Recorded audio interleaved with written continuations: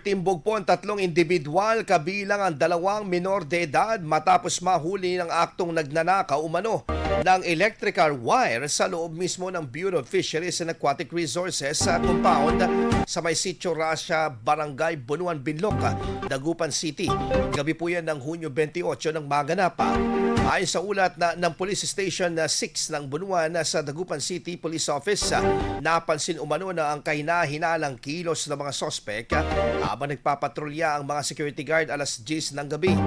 Nang inspeksyonin, nakuhanan umano ang mga ito ng tatlong rolyo ng electrical wire, pliers at ilang patalim.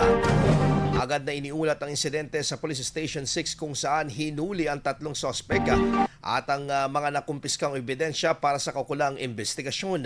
Naharap sa kasong kriminal ang mga nasa hustong gulang na sospek habang ipinagkatiwala naman ang dalawang minor de edad sa City Social Welfare and Development Office para sa kaukulang dokumentasyon, counseling at legal na disposisyon alinsunod sa umiiral na batas. IFM News. IFM News. IFM.